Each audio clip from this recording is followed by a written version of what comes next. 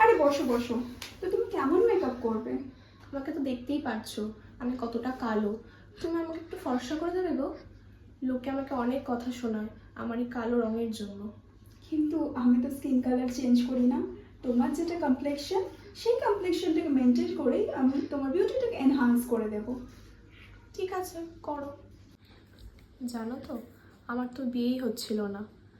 আমি রোগার কালো বলে, সেই জন্য কত জায়গা থেকে সম্বন্ধ এসছে, কিন্তু হয়নি। তাই ভাবলাম তোমার কাছে একটু সাজতে আসি, যদি তুমি একটু সুন্দর করে সাজিয়ে দাও আর বিয়েটা আমার পাকা হয়ে যায়। আচ্ছা, তাই বুঝি? সৌন্দর্যটা কি শুধুই বাহ্যিক? ও তোমাদের মনে হয়, ছোটবেলা থেকে কথাগুলো তো আমি শুনেছি, আমি জানি। জানো দিদি, আমাদের অবস্থা কতটা খারাপ। আমার বাবা মা কত গরিব, তাও তারা ফোন দিতে রাজি হয়ে গেছে, কিন্তু তাও আমার কোনো সম্বন্ধ পাকা হচ্ছে না। ফোন? তুমি জানো না ফোন দেওয়া আইনত অপরাধ? কেউ রোগা হবে না মোটা হবে, কালো হবে না ফর্সা হবে, সেটা তো তার হাতে নেই।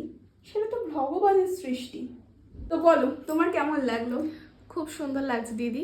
যদি এবারে সম্বন্ধটা পাকা হয়ে যায়, তাহলে বিয়ের সাজটা আমি তোমার থেকেই সাজবো।